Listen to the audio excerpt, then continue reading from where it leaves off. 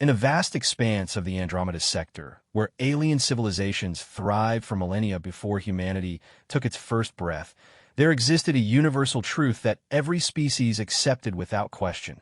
Predators ruled, prey submitted, and the natural order remained unchanged. Princess Zarathel of the Velnari Empire had witnessed this truth countless times.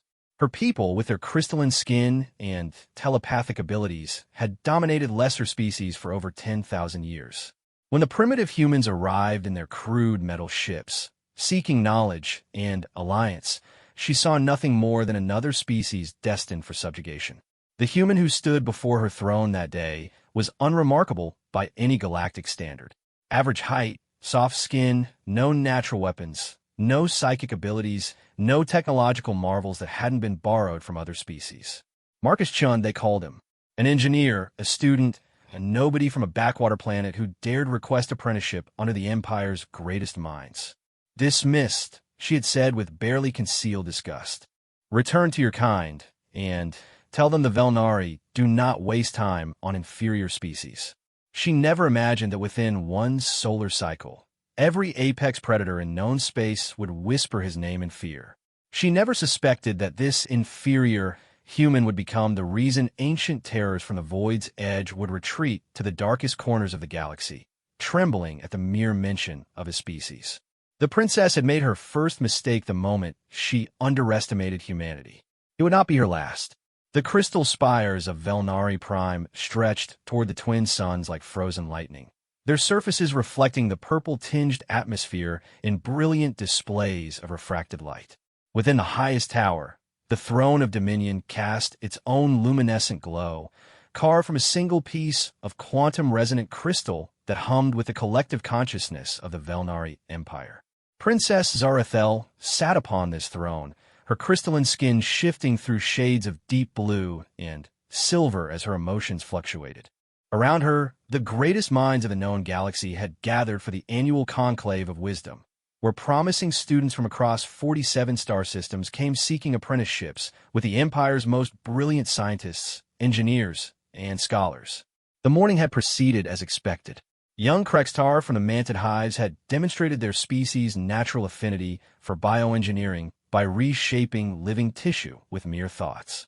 A delegation of Zephyrian wind dancers had woven gravity itself into intricate patterns that defied conventional physics. The stone-like Tarek had presented mathematical proofs so elegant they bordered on poetry. Then came the humans. Zarathel's telepathic advisors had briefed her on this new species just hours before. Homo sapiens, they were called, from a small blue world on the galaxy's outer rim. They had achieved faster-than-light travel only recently, using technology clearly borrowed or stolen from other species. Their ships were ungainly metal constructs, lacking the bioorganic elegance of proper starcraft. They possessed no natural telepathy, no energy manipulation abilities, no genetic advantages of note. "Why are they even here?" she had asked her prime advisor, Veltar, his ancient consciousness pressing against her mind like cool water. "Curiosity, your radiance. They claim to seek knowledge and peaceful cooperation. Standard newcomer behavior. Have they offered anything of value? New technologies? Unique resources? Strategic advantages? None that our surveys have detected. They appear to be a typical carbon-based species with standard evolutionary limitations." Now, watching the human delegation approach her throne, Zarathel could see the truth of that assessment. 5 humans walked across the crystal floor, their soft footsteps muffled by the living crystal that automatically cushioned their steps. They wore simple black and blue uniforms, completely unremarkable compared to the flowing bio-silk of the Zephyrians or the ceremonial bone armor of the Krextar. Leading them was a female with graying hair who carried herself with diplomatic precision. Behind her came 4 younger humans, their eyes wide as they took in the architectural wonders surrounding them. One in particular caught Zarathel's attention, not for any remarkable qualities, but for his complete lack of them. Marcus Chan appeared to be in his late 20s by human standards, with dark hair and brown eyes that seemed to absorb light rather than reflect it. While his companions gasped at the crystal formations and whispered among themselves, he remained silent, his gaze moving methodically across the throne room as if cataloging every detail. "Your royal radiance," the lead diplomat began, her words translated by the Empire's universal communication matrix. "I am Ambassador Sarah Rodriguez of the United Earth Alliance. We come seeking knowledge and friendship between our peoples." Zarathel's skin shifted to a cooler shade of blue, indicating polite but distant attention. "Speak your request, Ambassador. We humbly request that you consider accepting 4 of our brightest young minds as apprentices within your great institutions of learning. They represent humanity's greatest potential in various fields of study." The princess gestured for them to proceed, though her telepathic emanations clearly conveyed her skepticism. The first human stepped forward, a young woman with auburn hair who began explaining her research in quantum mechanics. Her presentation was adequate, but unoriginal, covering ground that Velnari physicists had mastered centuries ago. The second candidate discussed xenobiology, proposing studies of interspecies genetic compatibility. Again, nothing the Empire hadn't already explored in exhaustive detail. The third focused on engineering, presenting holographic displays of human architectural achievements. The pyramids of Earth, they called them, and great metal bridges spanning vast rivers. Impressive by primitive standards, but the Velnari had been constructing cities that floated in pure energy for millennia. Finally, Marcus Chin stepped forward. "Your radiance," he began, his voice steady and unremarkable. "I seek apprenticeship in applied xenotechnology and adaptive engineering." Zarathel's attention sharpened slightly. "Explain." "I've observed that every species in the galaxy has developed technologies that perfectly suit their biological and environmental needs. The Krextar create living ships because they think in terms of organic systems. The Zephyrians manipulate gravity because they evolved in low-density atmospheres. Your people excel at crystal-based technology because your nervous systems naturally interface with quantum-resonant materials." An obvious observation. Veltar interjected telepathically, his thoughts rippling through the chamber. "What is your point, human?" Marcus seemed to sense the telepathic communication, though he couldn't hear it directly. "My point is that humans might approach existing problems from completely different angles. We lack the biological advantages of other species, which forces us to find alternative solutions." "Alternative solutions to what?" Zarathel asked, her skin shifting toward yellow with mild curiosity. "Everything," Marcus replied simply. "Your crystal technology is magnificent, but what happens when you encounter silicon-based life forms whose mere presence disrupts quantum resonance? Krextar bioships are incredible, but how do they function in environments hostile to organic life? Every species' strength is also their limitation." The throne room fell silent. Several of the attending dignitaries shifted uncomfortably at the human's bold assessment. Zarathel's skin flashed briefly red with irritation. "You presume to lecture us on our limitations? Your species has existed in space for less than a century. We have ruled this sector for 10,000 years. I'm not lecturing anyone," Marcus said calmly. "I'm offering a different perspective. Sometimes an outsider can see solutions that are invisible to those too close to the problem." "Such as?" The princess's voice carried a dangerous edge. Marcus reached into his uniform and withdrew a small device, no larger than his palm. "For example, this." The object appeared to be made of common metals and ceramics, completely unremarkable compared to the technological marvels surrounding them. Marcus activated it with a simple touch, and suddenly, every piece of Velnari crystal technology in the chamber began resonating in perfect harmony. The effect was unprecedented. The throne's quantum matrix, normally limited to the princess's direct consciousness, expanded to include every crystal surface in a room. The harmonic resonance created a feedback loop that amplified all technological functions by orders of magnitude. For exactly 3 seconds, every Velnari in the chamber experienced perfect technological unity. Their consciousness merged not just with each other, but with every system in the palace. It was the closest their species had ever come to true collective transcendence. Then, Marcus deactivated the device, and normal function resumed.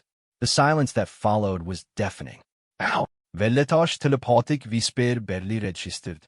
Harmonic frequency modulation using rare Earth elements. Marcus explained. Your crystal technology operates on quantum frequencies, but those frequencies can be enhanced using simple electromagnetic field manipulation. It's not better than your technology, it just works alongside it differently. Zarathel stared at the human, her skin cycling through colors too rapidly to interpret. The device he held represented something impossible. A technological enhancement created by a species barely capable of interstellar travel, yet had briefly achieved what her people's greatest scientists had theorized about for millennia. "Where did you learn this?" she demanded. "I didn't learn it," Marcus replied. "I figured it out by observing how your technology functions, and asking what would happen if I approached the problem from a completely different angle." The princess's skin settled into a deep, angry purple. The audacity of this creature was breathtaking. He stood before the most advanced civilization in the galaxy and claimed to have improved upon their technology through simple observation. "You expect us to believe," she said, her voice carrying the weight of imperial authority, "that your primitive species can enhance technologies you barely understand?" "I don't expect anything," Marcus said. "I'm just showing you what's possible when someone approaches familiar problems without preconceptions." "Preconceptions?" Zarathel rose from her throne, her crystalline form towering over the human delegation. "We have 10 millennia of scientific advancement. We have raised civilizations from barbarism and guided the development of 47 star systems. Our preconceptions are founded on proven success. And that's exactly why you might benefit from a different perspective," Marcus said, seemingly unaffected by her intimidating presence. "Success can become a limitation if it prevents you from seeing new possibilities." The throne room erupted in telepathic chatter as every Velnari present reacted to the human's unprecedented boldness. No species had ever addressed their princess with such casual confidence, especially not a newcomer requesting apprenticeship. Ambassador Rodriguez stepped forward, clearly attempting damage control. "Your Radiance, please forgive any cultural misunderstanding." "There's no misunderstanding." Zarathel cut her off, her skin now burning with bright red fury. "This creature has demonstrated exactly what I suspected about your species. You are arrogant beyond your capabilities, presumptuous beyond your knowledge, and completely lacking in proper respect for your betters." She turned her gaze back to Marcus, who remained perfectly still under her withering attention. "You believe your infantile species can improve upon technologies perfected over millennia? You think your primitive minds can grasp concepts that have challenged our greatest intellectuals? You stand in my throne room before the accumulated wisdom of the galaxy and claim to offer something of value. I think," Marcus said quietly, "that every species has something unique to contribute. Even humans." "Dismissed." The word rang through the chamber with absolute finality. "Return to your ships and depart our system immediately. Tell your kind that the Velnari Empire has no time to waste on inferior species who mistake ignorance for innovation." The human delegation exchanged glances, but Marcus simply nodded and pocketed his device. "Thank you for your time, Your Radiance." As they turned to leave, Zarathel called out one final time. "Human, your little device, even if it functions as demonstrated, it represents nothing more than a parlor trick. Any first-year student of quantum mechanics could replicate such a simple effect given sufficient time." Marcus paused at the chamber's entrance and looked back over his shoulder. "You're probably right, Your Radiance. But the difference is none of them thought to try." The humans departed, leaving behind a throne room filled with uncomfortable silence. Several advisors approached the princess, their telepathic emanations filled with confusion and uncertainty. "Your Radiance," Veltar ventured, "perhaps we should have examined the device more thoroughly." "The device is irrelevant," Zarathel snapped. "It's a simple harmonic amplifier, exactly as the human described. Any competent engineer could construct one within days. Then, why has no one done so before now?"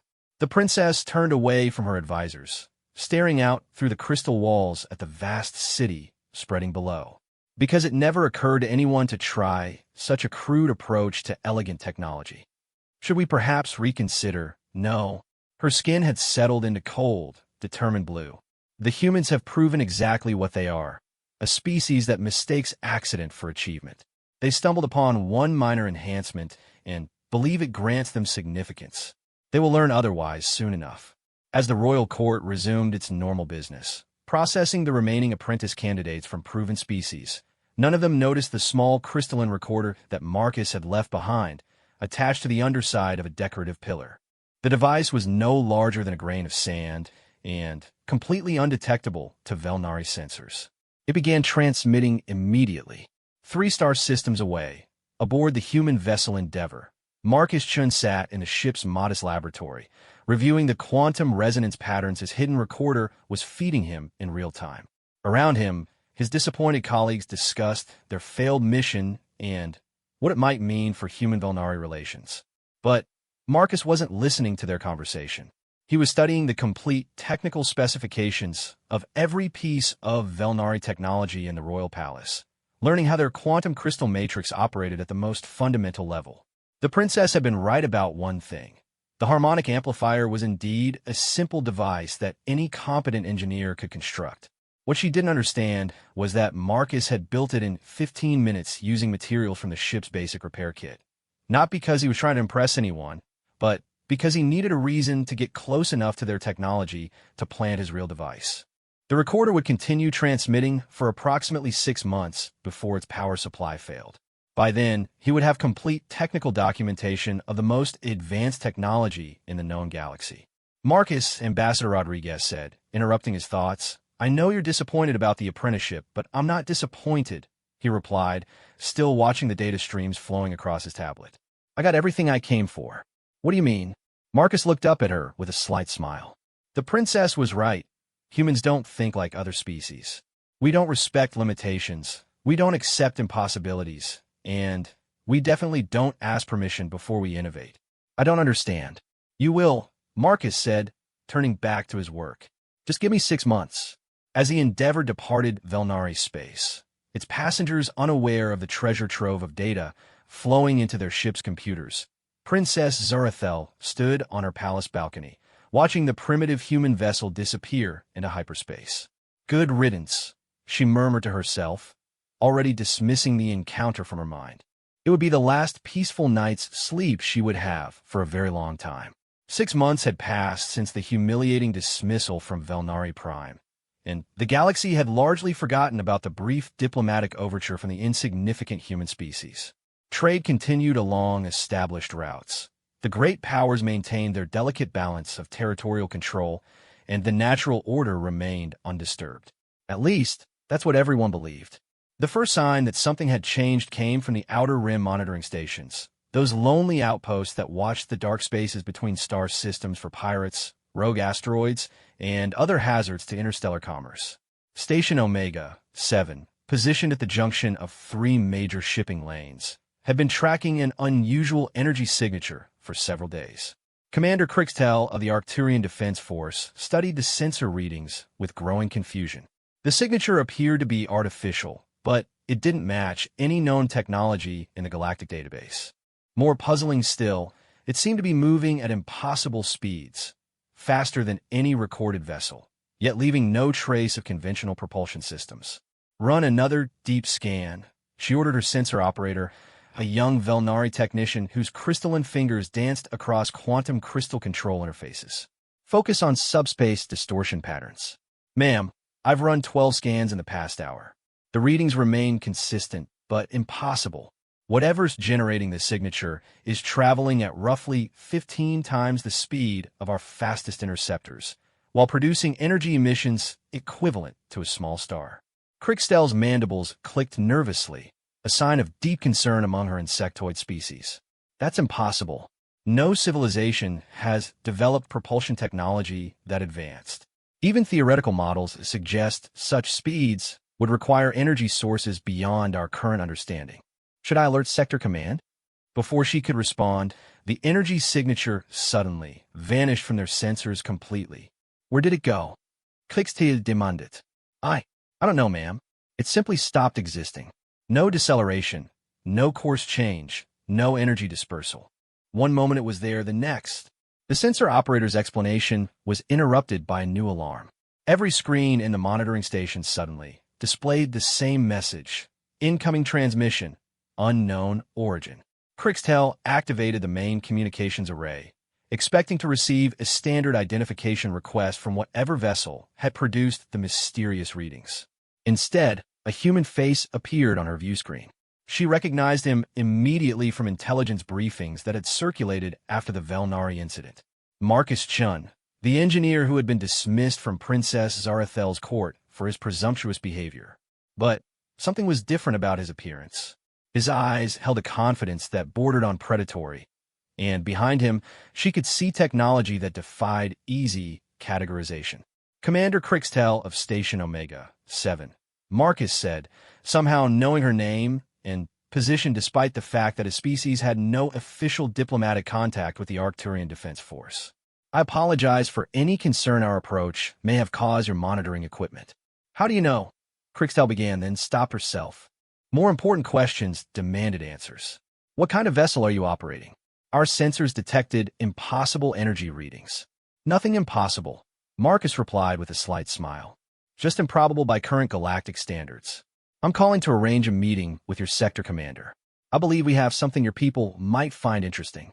The Arcturian Defense Force does not conduct business with unauthorized vessels from unrecognized species, Crixtel said, falling back on standard protocol.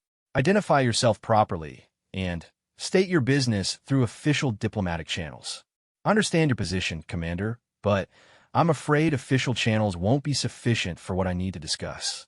Tell Admiral Varthek that the humans have developed something that will change how this galaxy approaches the concept of warfare. The transmission ended before Crixtel could respond, leaving her staring at a blank screen while her sensor operator frantically tried to reacquire the mysterious energy signature. Ma'am, the technician reported after several minutes, whatever they're using for stealth technology is beyond our detection capabilities. They're simply gone. Crixtel settled back in her command chair, her compound eyes reflecting the glow of her various displays. The Arcturian species had survived for thousands of years by being cautious, methodical, and extremely good at recognizing potential threats. Everything about this encounter suggested she was looking at something unprecedented. Open a priority channel to Sector Command, she ordered. Admiral Varthek needs to hear about this immediately. 3 hours later, in the heavily fortified command center of Arcturian Sector 7, Admiral Varthek reviewed Commander Crixtel's report with the same growing unease that was becoming common among military leaders throughout the galaxy.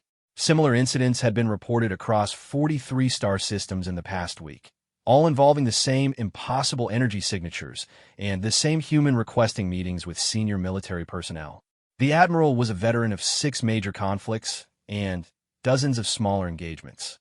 His exoskeleton bore the scars of personal combat, and his tactical mind had been honed by decades of warfare against pirates, rogue AI fleets, and territorial expansion conflicts. He had learned to trust his instincts, and those instincts were currently screaming warnings at him.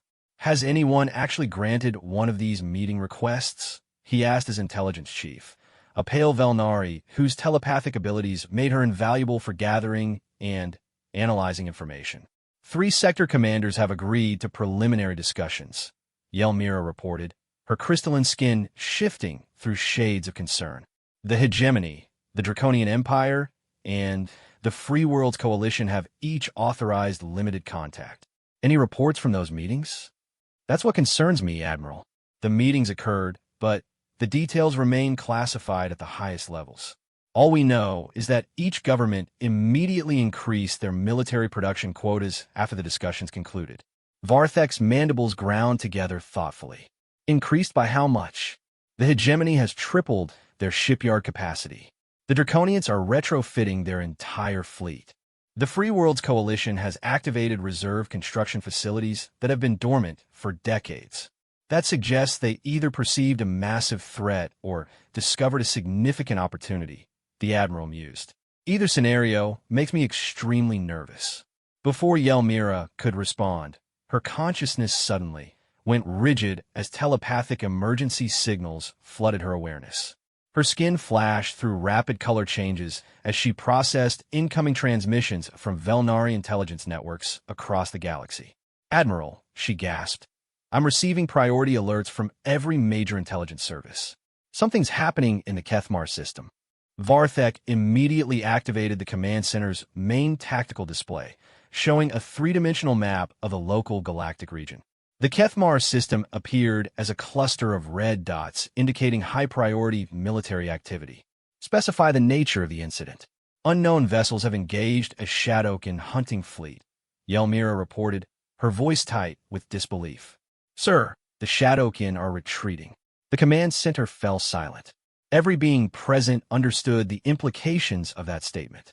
The Shadowkin were apex predators in the truest sense, a species that had evolved in the dark matter streams between galaxies. They possessed technology that allowed them to exist partially outside normal space-time, making them nearly impossible to detect until they chose to attack. For the past 3 centuries, they had conducted hunting raids against every major civilization, treating entire star systems as personal hunting preserves. No military force had ever successfully repelled a Shadowkin attack. The accepted strategy was evacuation and abandonment, then eventually recolonization after the hunters moved on to other prey. The idea that any fleet could force them to retreat was impossible. Confirm that report, Varthek ordered. I'm receiving direct feeds from 17 different monitoring stations, Yelmira said, her telepathic awareness accessing data streams across multiple star systems. The engagement is ongoing, but early reports indicate that the unknown vessels are using weapons technology that affects the Shadowkin even while their phase shifted into dark matter dimensions. Show me. The tactical display shifted to long-range sensor feeds from the Kethmar system, showing what appeared to be empty space, occasionally lit by brilliant energy discharges. To conventional sensors, it looked like random energy storms. But military professionals recognized the patterns of weapons fire. The Shadowkin vessels are invisible to our sensors, Yelmira explained, but their weapon signatures are unmistakable. These energy bursts indicate they're under sustained attack by something they can't effectively counter. As they watched, the characteristic dark energy distortions that marked Shadowkin vessels began moving away from the system's inhabited planets, withdrawing toward the outer system boundary, where they would transition back to dark matter streams. How many enemy vessels are we talking about? Varthek asked. That's the disturbing part, sir. Our best estimate suggests no more than 12 ships are engaging an entire Shadowkin hunting fleet of at least 60 vessels. The Admiral's compound eyes reflected the display's glow as he processed the tactical implications. Either they were witnessing the deployment of technology so advanced that it rendered previous military doctrine obsolete, or they were seeing some kind of elaborate deception. Give me a communication channel to Admiral Chun, he said finally. Sir, the human who's been requesting meetings. If he's connected to whatever's happening in the Kethmar system, I need to speak with him immediately. Admiral, we don't have any contact information for... Yelmira's explanation was interrupted by an incoming transmission alert. The main view screen activated, showing Marcus Chen's face again, though this time he appeared to be standing on the bridge of a vessel that bore no resemblance to any known ship design. Admiral Varthek, Marcus said without preamble, I assume you're watching the engagement in the Kethmar system. Perhaps now we can have that conversation. You're responsible for this? My people are providing assistance to the Kethmar colonies, yes. The Shadowkin hunting fleet was targeting approximately 2 million civilians. We've convinced them to seek prey elsewhere. Varthek leaned forward in his command chair. Ow! That's exactly what I'd like to discuss with you, Admiral. The galaxy has operated under certain assumptions about military capability and the balance of power. Recent developments have made those assumptions obsolete. Explain. Marcus gestured to something outside the transmission's field of view. 6 months ago, your military databases classified humanity as a minor species with limited technological capabilities. That assessment was accurate at the time. However, our understanding of galactic technology has improved significantly since then. You're claiming that humans have somehow achieved military superiority over the Shadowkin in just 6 months? I'm claiming that humans have developed approaches to existing problems that other species haven't considered, Marcus replied. When Princess Zarathel dismissed our apprenticeship request, she mentioned that any competent engineer could replicate our harmonic amplifier, given sufficient time. She was correct, but she missed the larger implication, which was If humans could enhance Velnari technology after brief observation, what might we accomplish with detailed technical specifications and unlimited development time? Admiral Varthek felt his mandibles lock in place as the full meaning of that statement became clear. You stole their technology. We study their technology, Marcus corrected. Along with Krextar bioengineering, Zephyrian gravity manipulation, Arcturian defensive systems, and approximately 40 other major technological paradigms. Then, we asked ourselves a simple question. What happens when you combine all of these approaches into integrated systems designed by a species that doesn't respect conventional limitations? The tactical display updated with new information from the Kethmar system.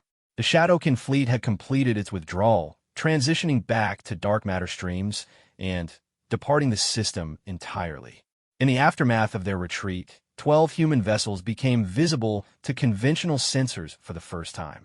Varthek stared at the ships, trying to understand what he was seeing. They appeared to be composed of materials and technologies from dozens of different species, somehow integrated into designs that looked both familiar and completely alien. Admiral, Marcus continued, the galaxy is about to face a fundamental shift in the balance of power. Species that have dominated through military might will find their advantages neutralized. Predator species that have terrorized civilizations for millennia will discover that humans don't accept the natural order of prey and predator. What do you want? I want to offer you the same choice I've offered every other major military power. You can adapt to the new paradigm, or you can be left behind by it. But you cannot ignore it. The transmission ended, leaving Admiral Varthek staring at images of 12 human ships that had just accomplished something every military theorist had declared impossible. Sir, Yelmira said quietly, what are your orders?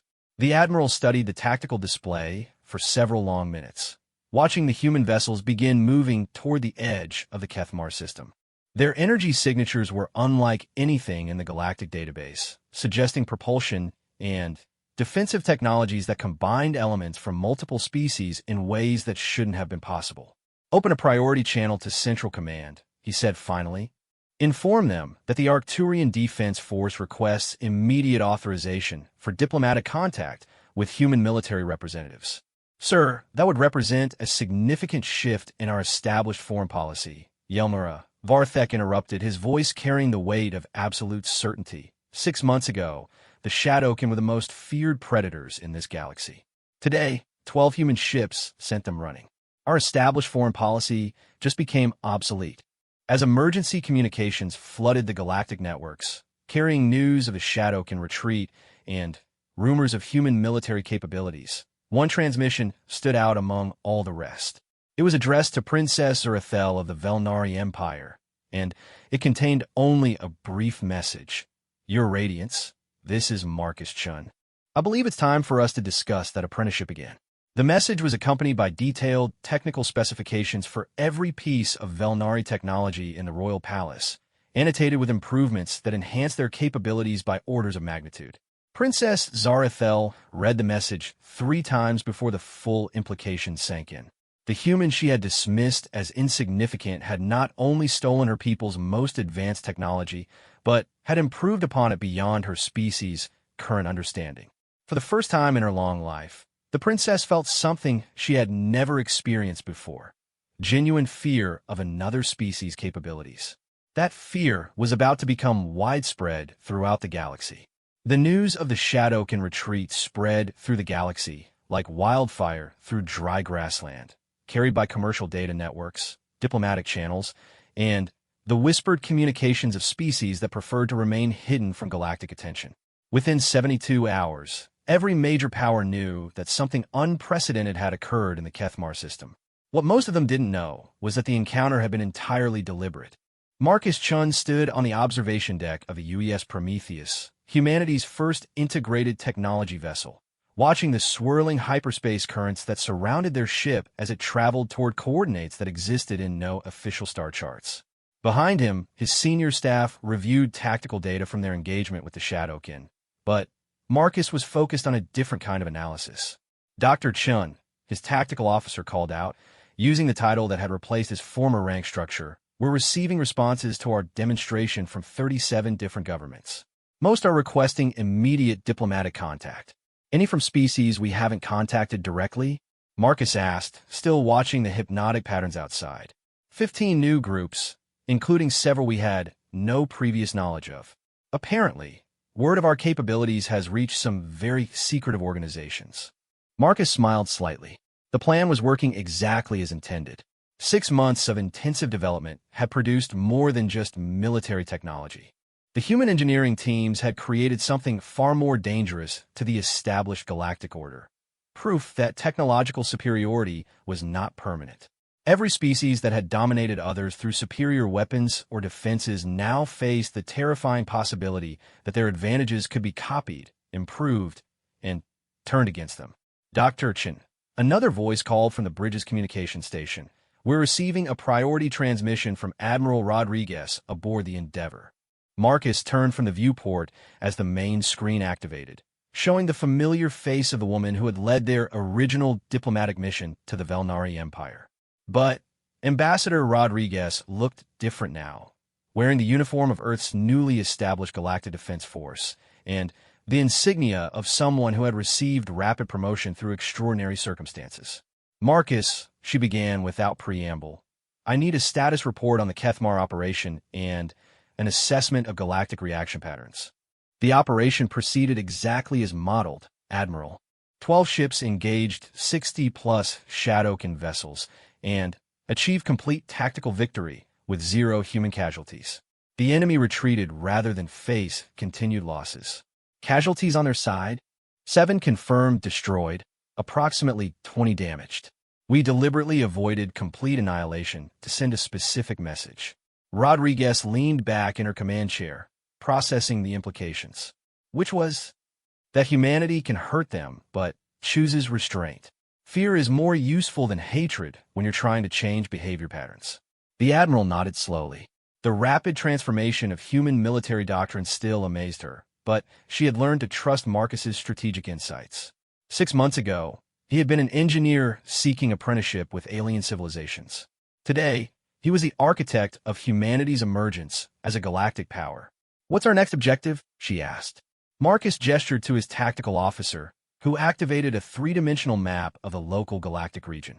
Red markers indicated known Shadowkin hunting territories, while other colors represented the domains of various predator species that had terrorized peaceful civilizations for generations. The Shadowkin were just the beginning, Marcus explained.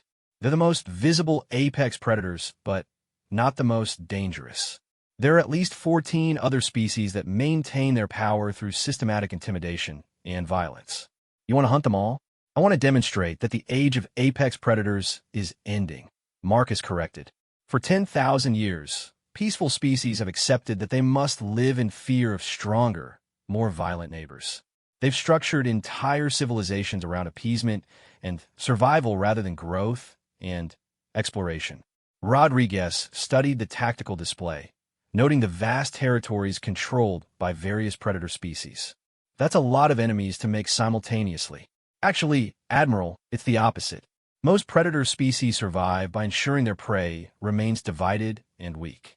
When prey species realize they have a protector, they begin to organize. Fear-based dominance only works when the dominated believe they have no alternatives.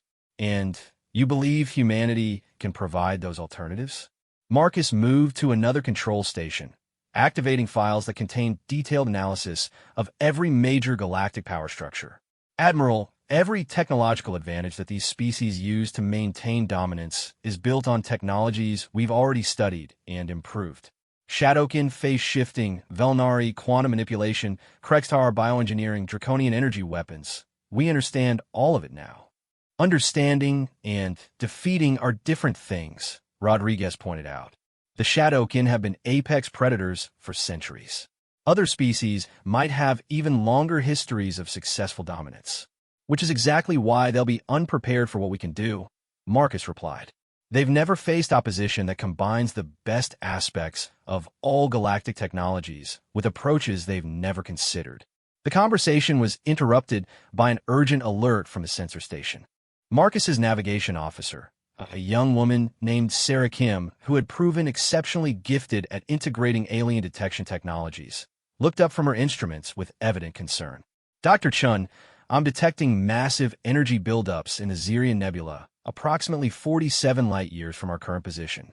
The signatures match known patterns for Void Reaper emergence. The bridge fell silent. Everyone present understood the implications of that statement. The Void Reapers were arguably the most feared predator species in known space, beings that existed partially outside normal reality and fed on the life force of entire worlds. Unlike the Shadowkin, who hunted for sport and territory, Void Reapers consumed everything they encountered, leaving behind dead systems where nothing could ever live again. They emerged from deep space perhaps once every 50 years, appeared in a populated system, devoured everything living within a few days, then disappeared back into the cosmic void. No military force had ever successfully engaged them. The standard response to Void Reaper emergence was complete evacuation of everything within a 100 light-year radius. How many? Marcus asked calmly. Preliminary scans suggest at least 3 emergence signatures, possibly more.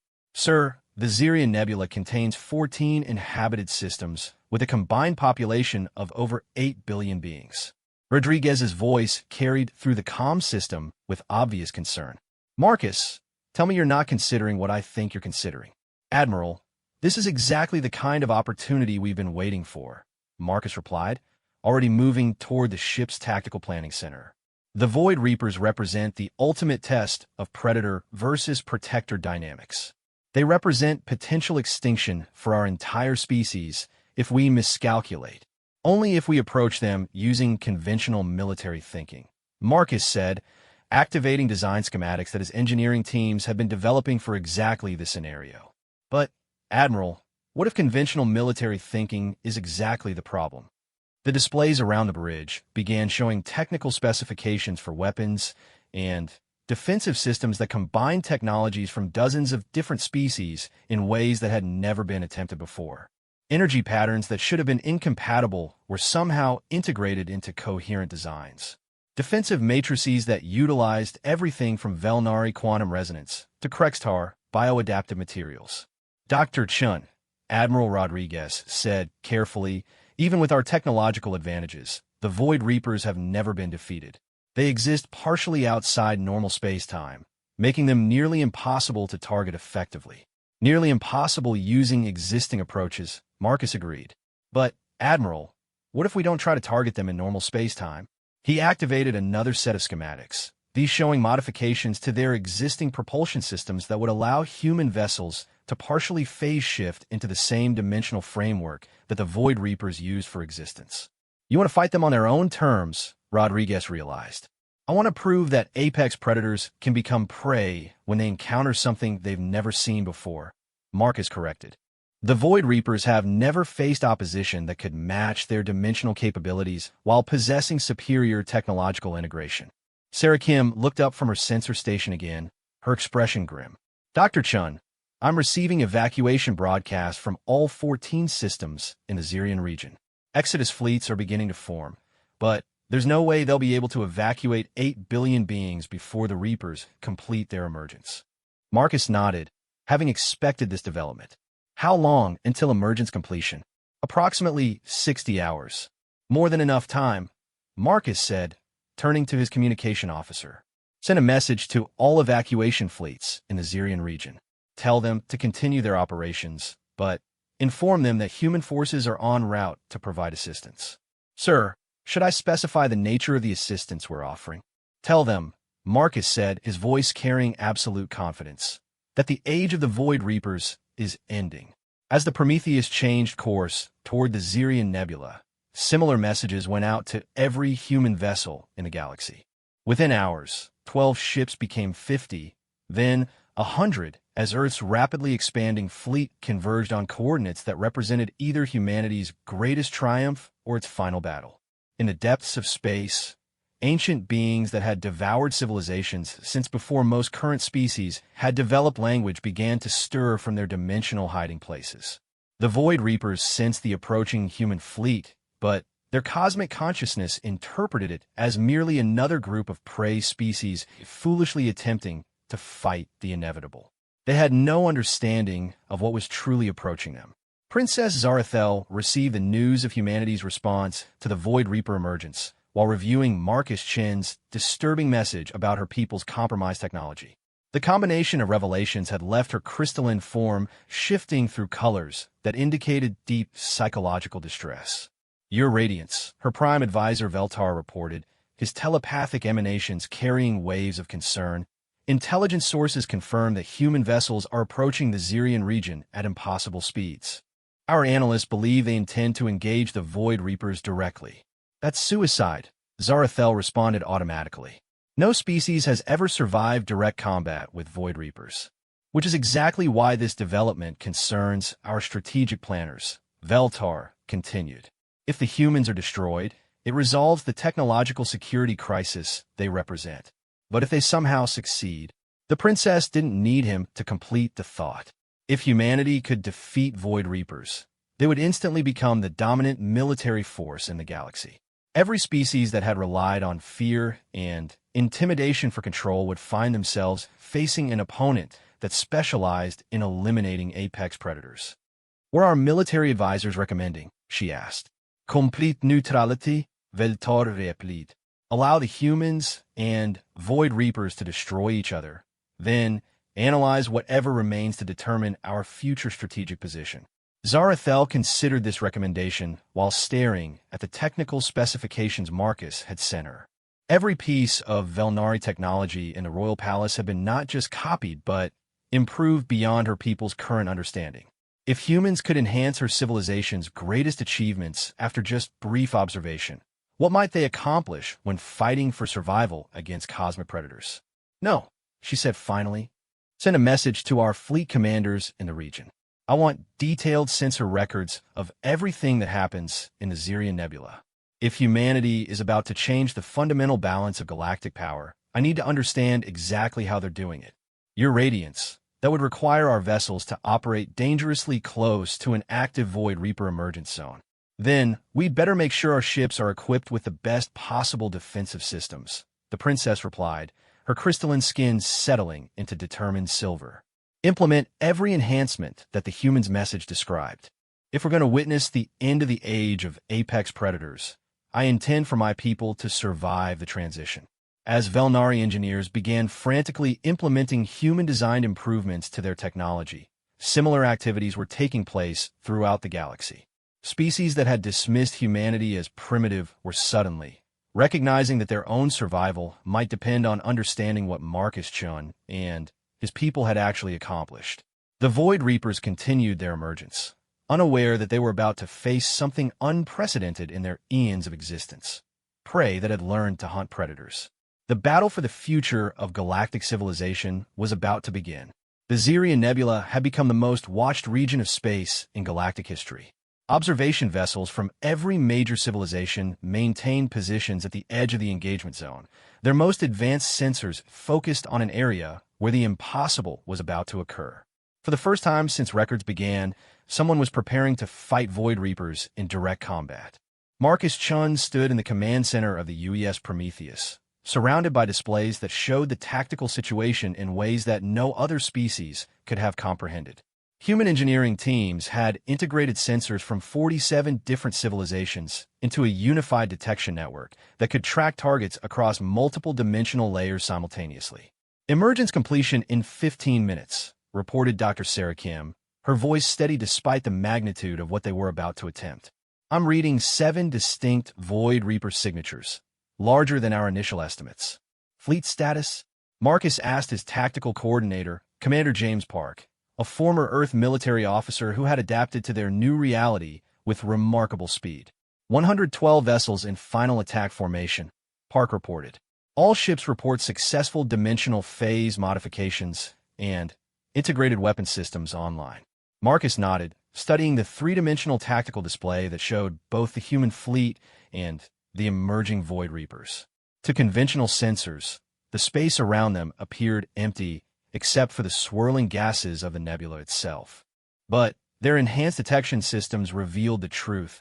Cosmic predators the size of small moons were transitioning from dimensional hiding places into normal space-time. "Dr. Chun," came Admiral Rodriguez's voice through the fleet communication network. all civilian evacuation operations have reached safe distances. The Xerian systems are as empty as we can make them in the time available. Acknowledged, Admiral. All vessels maintain current positions until emergence completion. I want to see exactly what we're dealing with before we begin the engagement. As they waited, Marcus reviewed the intelligence data his teams had compiled about Void Reapers over the past 6 months. The beings were ancient beyond measure, perhaps older than any currently existing civilization. They possessed the ability to exist partially outside normal reality, making them nearly immune to conventional weapons. Their feeding process drained the life force from entire worlds, leaving behind dead husks that could never support life again. Most terrifying of all, they appear to be intelligent in ways that transcended normal understanding. Not just smart or cunning, but possessed of consciousness that operated on cosmic scales. They weren't mere predators. They were entities that had watched galaxies form and die, treating the lives of billions as insignificant as insects. Emergence completion in 5 minutes, Dr. Kim announced. I'm detecting massive reality distortions as they transition from dimensional phase space. Through the observation windows of the Prometheus, space itself began to twist and writhe as beings of unimaginable power forced themselves into normal reality. What had appeared to be empty nebula suddenly, filled with structures that hurt to look at directly. Geometric forms that existed in too many dimensions simultaneously, creating visual paradoxes that human minds struggled to process. "My God," whispered someone on the bridge. Marcus understood the reaction. Even through their advanced sensor networks and dimensional stabilization fields, the Void Reapers were terrifying to behold. Each entity was roughly the size of a small asteroid, but somehow contained mass equivalent to a star. They moved through space without any visible propulsion, reality itself bending around them as they transitioned from their dimensional hiding places. 7 confirmed entities, Dr. Kim reported, her voice tight with concentration. Each one registers as approximately 15 kilometers in diameter, but their mass readings are off the scale. "Sir, these things shouldn't be able to exist in normal space-time." "They don't," Marcus replied calmly. "They exist in multiple dimensional layers simultaneously. That's both their greatest strength and their primary vulnerability." Commander Park looked up from his tactical displays. "All vessels report ready for engagement. Weapons systems show green across the board." Marcus studied the tactical situation one final time. 112 human ships, none larger than a conventional destroyer, preparing to engage 7 cosmic entities that had devoured civilizations for eons. By any conventional military analysis, the humans were about to be completely annihilated. But Marcus had long since stopped thinking in conventional terms. "All vessels," he announced across the fleet communication network, "implement dimensional phase shift on my mark. Remember, we're not fighting these things in normal space. We're going to meet them in their own dimensional framework and prove that even gods can die." Phase shift in 3, 2, 1 mark. The human fleet vanished from normal space-time. 2 observers positioned safely outside the engagement zone. The battle that followed appeared as a series of impossible phenomena. Space itself seemed to tear and fold, reality rippling with energies that their sensors couldn't properly categorize. Occasionally, flashes of weapons fire would appear in normal space before disappearing again, suggesting that the combat was taking place across multiple dimensional layers. Princess Zarathel watched from her flagship, the Velnari Empire's most advanced observation vessel, equipped with sensor modifications based on Marcus Chen's technical specifications. Even with these enhancements, she could barely comprehend what she was witnessing. "Analysis," she demanded from her science advisor, an elderly Velnari whose crystalline form had turned almost completely transparent with age and knowledge. "Your Radiance, the humans appear to have achieved something we considered theoretically impossible. They've successfully phase-shifted their entire fleet into the same dimensional framework that the Void Reapers use for existence. How? By combining technologies from multiple species in ways that create new physical possibilities. Our quantum resonance systems, integrated with Krextar, bioadaptive materials, and Zephyrian gravitational manipulation, allows them to exist partially outside normal reality while maintaining tactical coherence." Zarathel's skin cycled through colors indicating profound confusion. "But the power requirements alone should have been impossible. How are they generating sufficient energy? They're not generating it, radiance. They're stealing it. Our sensors indicate that they're somehow siphoning dimensional energy directly from the Void Reapers themselves, using it to power their own weapon systems. The princess stared at the tactical displays, showing energy patterns that defied every theory her people had developed about dimensional physics. The humans weren't just fighting Void Reapers. They were turning the Cosmic Predator's own power sources against them. Status of engagement? She asked. Uncertain, radiance. The battle is taking place across dimensional layers that we can only partially observe. But preliminary indicators suggest, impossible as it seems, that the humans are winning. Across the observation zone, similar conversations were taking place aboard vessels from every major galactic power. The battle in the Ziria Nebula was rewriting fundamental assumptions about cosmic power structures, and every species was frantically trying to understand the implications. Inside the dimensional framework where the actual battle raged, Marcus Chun experienced combat unlike anything in human history. The Prometheus moved through probability streams and folded space-time, its integrated weapon systems firing energy that existed in multiple dimensions simultaneously. Around him, the rest of the human fleet engaged 7 Void Reapers in a form of warfare that transcended traditional concepts of tactics and strategy. Ships phased in and out of reality layers, attacking the Cosmic Predators from angles that couldn't exist in normal space. Target 1 is showing structural damage, reported Dr. Kim, her enhanced sensors tracking combat across dimensional barriers that had previously been impossible to breach. Our combined weapons fire is actually affecting their quantum coherence. Target 2 is attempting to drain our dimensional energy, Commander Park added, but our adaptive shielding is redirecting the drain back at them. They're actually damaging themselves by trying to feed on us. Marcus smiled grimly as he watched the tactical displays update. The human fleet's greatest advantage wasn't their weapons or their ships. It was their complete refusal to accept the limitations that other species considered immutable.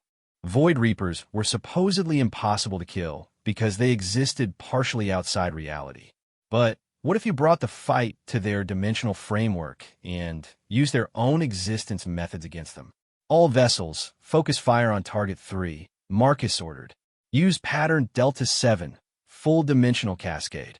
The human fleet converged on one of the massive entities, their weapons firing in coordinated patterns that created resonance cascades across multiple dimensional layers. The effect was devastating. The targeted Void Reaper's coherence began to collapse as its own dimensional existence became unstable. For the first time in cosmic memory, a Void Reaper screamed.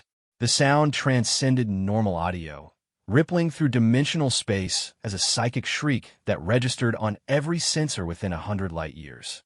It was the sound of something ancient and immortal discovering that it could actually die. Target 3 is destabilizing, Dr. Kim reported, her voice filled with awe. Its dimensional matrix is collapsing. Sir, I think we're actually killing it. The dying Void Reaper's collapse created a cascade effect that damaged 2 others, their dimensional coherence disrupted by proximity to their dying companion. The remaining 4 entities began to retreat, attempting to phase shift back into their dimensional hiding places. But the human fleet was ready for this response. All vessels, implement containment protocol, Marcus ordered. Don't let them escape. The human ships spread throughout the dimensional framework, creating energy barriers that prevented the Void Reapers from completing their transition back to dimensional hiding. The Cosmic Predators found themselves trapped in the same space-time layer as their attackers, forced to fight on terms that negated their primary survival advantage. The battle that followed was systematic and relentless. Human vessels swarmed the trapped entities, their weapons tearing apart dimensional coherent structures that had existed since before the formation of current galaxies. One by one, the supposedly immortal Void Reapers died, their cosmic screams echoing across multiple realities as beings that had devoured countless worlds discovered what it felt like to become prey. When the last Void Reaper finally collapsed into dimensional fragments, the human fleet phase shifted back into normal space-time, appearing suddenly in the Ziria Nebula as if they had never left. Where 7 cosmic predators had once threatened entire star systems, Only swirling energy patterns remained, the scattered remains of beings that had considered themselves gods. Fleet status report. Marcus requested calmly, as if he had just completed a routine patrol rather than the most significant military victory in galactic history. All vessels report minimal damage, Commander Park announced. Total casualties, 12 wounded, 0 dead. Sir, we just killed 7 Void Reapers without losing a single ship. Marcus nodded, studying the tactical displays that showed the aftermath of their engagement. The impossible had become reality through human refusal to accept that anything was truly impossible. Communications, he said to his signal officer. Open channels to all observation vessels. I believe we have some explaining to do. As priority transmissions flooded the galactic networks, carrying news of humanity's victory, a new reality began to settle across known space. The age of apex predators was indeed ending, but not through gradual evolution or diplomatic progress. It was ending because one species had looked at cosmic gods and decided that even immortal beings could learn what it meant to be prey. The galaxy would never be the same again. Princess Zarathel sat in stunned silence as her sensors confirmed what her mind refused to accept.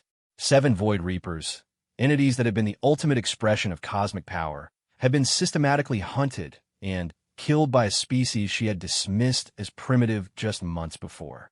Your radiance, Veltar's telepathic communication, carried waves of barely controlled terror. What are your orders? The princess stared at the energy signatures where impossibly ancient predators had died, killed by beings who refused to acknowledge that any enemy was truly invincible. Marcus Chun had kept his promise.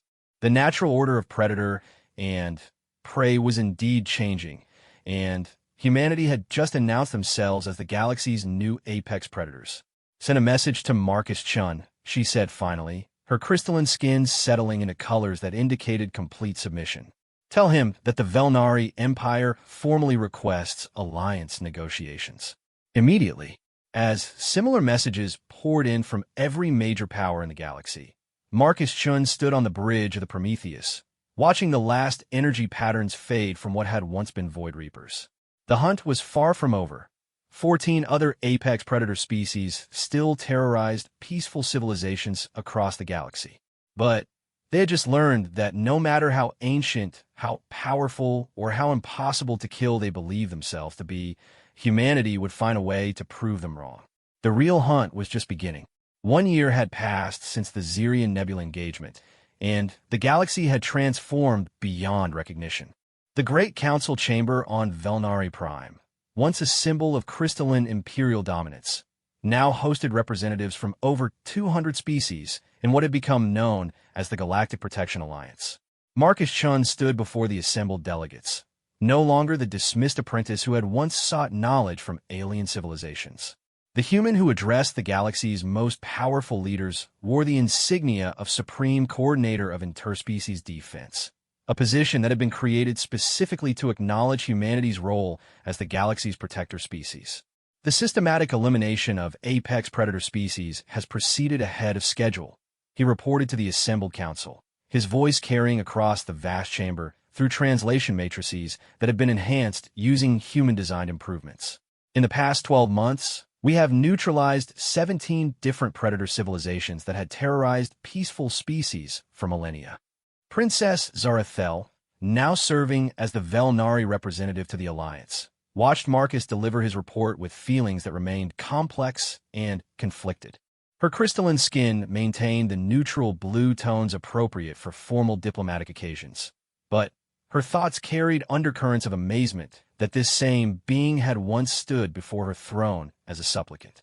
The hive mind devourers of the Andromeda sector have been eliminated, Marcus continued, activating holographic displays that showed tactical summaries of recent engagements. The chaos wraiths that plague the Outer Rim territories have been driven back to their extra-dimensional origins. The machine lords of the Dead Zone have been systematically dismantled. Each name on his list represented apex predators that had been considered unstoppable forces of nature, species so powerful that entire civilizations had structured their societies around avoiding their attention. Now they existed only as tactical case studies and cautionary examples of what happened when predators encountered humanity's particular approach to problem solving. Admiral Rodriguez, now serving as Marcus's second-in-command and head of Alliance Fleet Operations, stepped forward to provide additional details. Current Alliance membership includes 197 species across 43 major star systems, she reported. Total combined military assets exceed 50,000 vessels, all equipped with integrated technology based on human innovation principles. And the remaining apex predators? Asked Ambassador Krixtel of the Arcturian Defense Force, her mandibles clicking with a nervous energy that had become common among species still adjusting to the galaxy's new power structure. Marcus activated another set of tactical displays. Our intelligence networks have identified 6 remaining predator species that continue to threaten peaceful civilizations. However, 3 of them have already initiated contact with Alliance Diplomatic Corps, requesting terms for cessation of hostile activities. The chamber fell silent as delegates processed this information. The idea that apex predators would voluntarily seek peace negotiations rather than face human military response would have been unthinkable just 2 years ago. What terms are they offering? Princess Zarathel asked, her role as Alliance representative requiring her to voice questions that other species were reluctant to ask directly. Complete withdrawal from inhabited territories, cessation of all predatory activities against civilian populations, and submission to Alliance monitoring of their future behavior, Marcus replied. In exchange, they receive guaranteed survival and designated territories where they can exist without interference. And if they refuse these terms? Marcus's expression remained calm, but every delegate in the chamber understood the implications. Then, they joined the 17 species that chose extinction over adaptation. The casual manner in which he discussed the elimination of cosmic predators sent ripples of unease through the assembled representatives. Humanity's rise to galactic dominance had been swift and decisive, but it had also been absolutely ruthless when faced with species that refused to abandon their predatory behavior. Coordinator Chun spoke Ambassador Yeltar of the Zephyrian Collective, his voice carrying the harmonic resonances that allowed his people to manipulate gravitational fields. Many of our member species have expressed concerns about the long-term implications of humanity's military capabilities. While we are grateful for protection from apex predators, some fear that we may have simply exchanged one form of domination for another. The question that had been weighing on every delegate's mind was finally spoken aloud. Marcus had anticipated this concern and prepared for it carefully. Ambassador Yeltar raises a valid point. He acknowledged, his tone respectful but confident. Humanity has indeed become the dominant military force in this galaxy. Our technology surpasses that of every other species. Our fleet capabilities are unmatched, and our strategic position is essentially unassailable. The chamber's tension increased as Marcus appeared to confirm their worst fears. However, he continued, dominance and domination are entirely different concepts. Humanity has no interest in ruling other species or imposing our values on civilizations that have developed their own successful societies. Then, what do you want? Asked Prime Minister Velkar of the Stonesinger Confederation, his massive granite-like form shifting slightly as he spoke. Marcus smiled, the expression carrying genuine warmth that surprised many of the assembled delegates. We want to explore the galaxy without constantly fighting for survival. We want to learn from species that have developed along different evolutionary paths. We want to build something better than what existed before. He activated new displays showing plans that few of the delegates had seen before. Massive construction projects, research initiatives, and exploration missions that would dwarf anything previously attempted in galactic history. The elimination of apex predators was never an end goal, Marcus explained. It was simply the necessary first step toward creating a galactic civilization based on cooperation rather than fear. Every species that joins the Alliance retains complete autonomy over their internal affairs. The only requirement is that they refrain from predatory behavior toward other member species. And if disputes arise between member species, ask Commander Zixtal of the Hegemony Defense Force. Then, they bring those disputes to the Alliance Council for mediation, Admiral Rodriguez answered. We've already successfully mediated 43 interspecies conflicts in the past year, resolving them through negotiation rather than warfare. Princess Zarathel found herself studying Marcus as he fielded questions from the assembled delegates. The human who had once sought apprenticeship with her people now possessed knowledge and capabilities that exceeded those of every species in the galaxy combined. Yet he showed no signs of the arrogance or contempt that typically accompanied such overwhelming power. "Coordinator Chun," she said, rising from her crystalline seat, "I have a question that relates to our species' first encounter." The chamber fell silent as delegates realized that the Velnari princess was about to address the famous dismissal that had set these events in motion. "A year and a half ago, you sought apprenticeship with the Velnari Empire. Today, you possess technological understanding that surpasses our greatest achievements. Do you consider our refusal to accept you as a student to have been a mistake?" Marcus considered the question carefully before responding. "Princess Zarathel, if your people had accepted my apprenticeship request, humanity would have developed very differently. We would have learned Velnari approaches to technology and science, probably becoming skilled junior partners in your empire. But instead, we were forced to develop our own approaches to every challenge we encountered. That independence led to innovations that wouldn't have occurred under traditional apprenticeship structures. So our dismissal was actually beneficial to humanity's development?" Marcus's smile carried a hint of irony. "Your dismissal taught us that the galaxy operated on power dynamics where stronger species dominated weaker ones. That lesson motivated us to ensure that humanity would never again be dismissed as insignificant." The implications of that statement rippled through the chamber. Humanity's rise to dominance hadn't been accidental. It had been a direct response to being treated as an inferior species. "However," Marcus continued, "I believe the galaxy is better served by our current relationship than it would have been under the old system.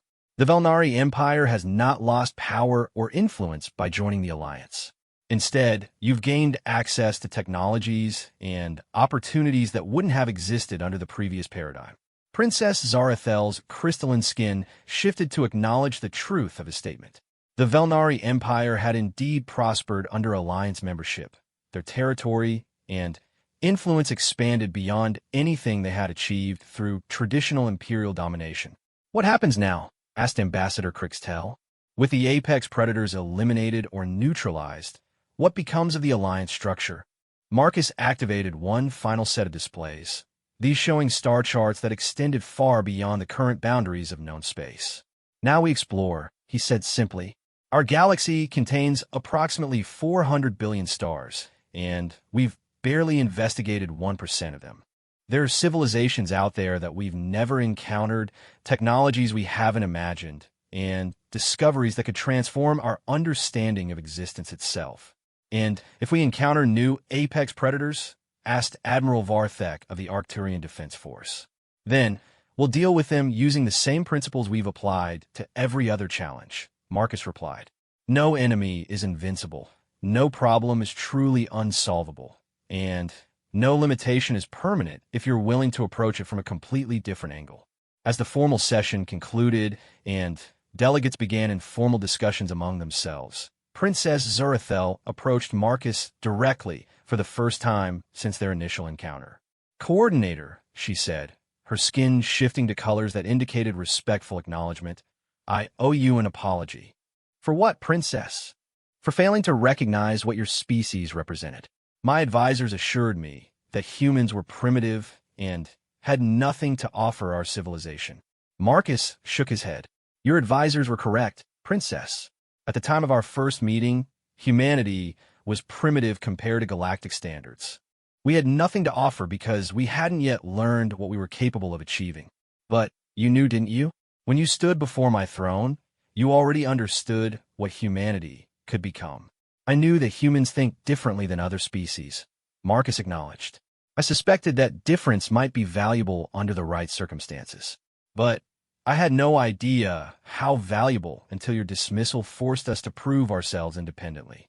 Princess Zarathel's crystalline form reflected the chamber's lights as she considered his words. "Would you have preferred acceptance? A traditional apprenticeship that led to gradual integration into galactic civilization?" Marcus looked around the great council chamber, now filled with representatives from hundreds of species working together as equals rather than predators and prey. Princess, if you had accepted my apprenticeship request, I might have learned to build better crystal technology.